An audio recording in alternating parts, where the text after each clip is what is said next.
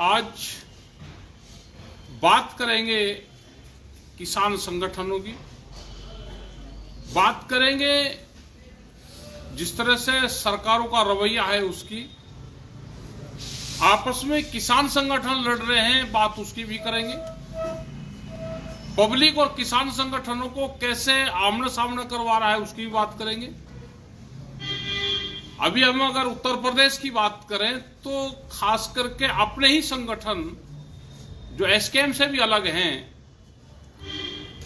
आपस में लड़ने का काम कर रहे हैं। ये किसकी साजिश हो सकती है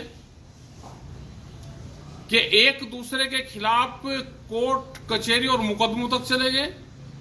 बहुत से जिलों में ये विवाद चले हुए हैं। सरकार तो चाहती यही है कि आपस में किसान संगठन के लोग आपस में लड़ें और मुकदमे तक बात जाएं।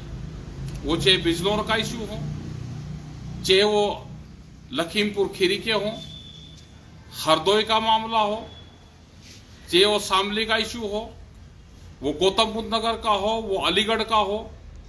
तो इस तरह के विवाद सामने आए हैं। सभी लोग इस पर संज्ञान लें, आपस में बैठ के बातचीत से समाधान करें। लड़ाई समाधान नहीं है। बहुत से लोग हो गए कि धरने प्रदर्शन गांव में कर रहे हैं, गांव के इशू पर धरने प्रदर्शन कर रहे हैं, गांव में दो दो पार्टी बन रही। किसान संगठन का काम है कि गांव में कोई भी विवादित चीज हो, वो चकबंदी हो, वो राशन के कोटे का मामला हो, ये बहुत से विवादित चीजें होती हैं। आपस में सिफारिश करनी किसी की हो, ये एक विवादित चीजें हैं कि जिससे गांव के लोग आपस में पार्टीबाजी कर रहे हैं। किसान संगठनों का काम है कि वो किसानों के इशू उठावे, आपस में कोई विवाद है तो उसका समझौता करवावे। किसी भी पब्लिक विवाद में नहीं फंसना चाहिए। जैसे पंजाब में रास्ते जाम, वो यहां पे भी, चाहे वो किसान संगठन करे या कोई भी करे, जनसंख्या बहुत बढ़ रही है, पब्लिक तंग होती है रास्ते जामों से। वो पब्लिक ही आमने सामना होगी। जैसे कुछ वीडियो आ रही है,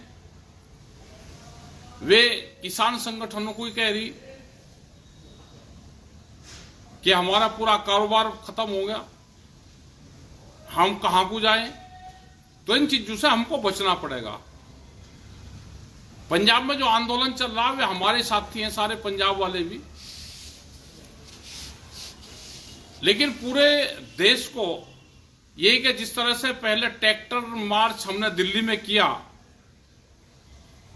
और 4 लाख से ज्यादा ट्रैक्टर दिल्ली में गए, आज सरकारों की पॉलिसी सब किसान संगठनों को समझनी पड़ेगी कि उनकी पॉलिसी है कि किसान संगठनों को तोड़ा जाए। आज पंजाब के जत्थेबंदी अगर 101 आदमी भी जा रहा है तो पुलिस उस पे भी आंसू गैस के गोले छोड़ रही है। तो हम सबको इकट्ठा होना पड़ेगा।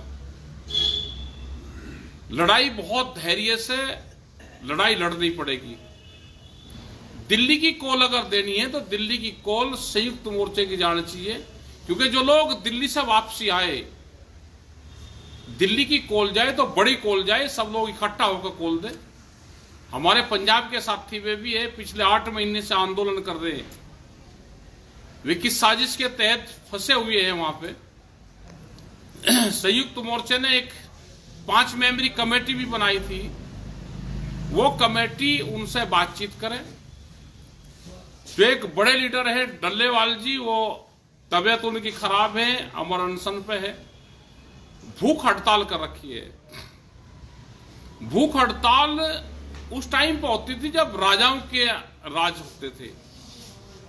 राजाओं के सामने लड़ नहीं पाते थे तो भूख हड़ताल कर दी। राजा दया कर ले, दया पे निर्भर हम उस पे आ जाएं, हमारी बात मान लें। आजकल के राजा के यहां दया नहीं है और ना किसान दया की भीख मांगता।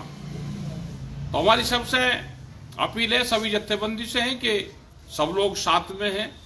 हम वहां पे फिजिकल रूप से अगर नहीं भी हैं तो भी वैचारिक रूप से हमारे सबके इशू एक हैं। सारे किसान संगठन देश के एक हैं और हम चाहते हैं कि फिर एसकेएम फिर एक बड़ी ताकत के रूप में उभरे।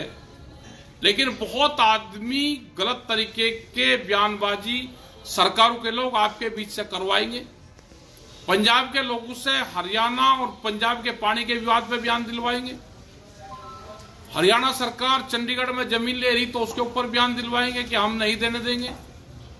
इन बयानबाजी से बचना पड़ेगा। सरकार का काम है पानी कहां कितना किसको जाएगा, इन विवादों से बचो, नहीं तो आपस में फिर बंटवारा होगा आपस का। क्योंकि हरियाणा के लोगों का भी बड़ा सहयोग रहा है आंदोलन में। जब पंजाब के लोग चले तो हरियाणा के लोग ने सबसे पहले साथ दिया। आज बंटने का काम कोई ना करे, हम सब एक हैं। एसकेएम किसी ने कोई भी अलग अलग नाम से संगठन बनाए हैं, अगर वे किसान हित में काम कर रहे हैं, गांव गरीब मजदूर के हित में काम कर रहे हैं, उन सबको एक प्लेटफॉर्म पे फिर आना पड़ेगा।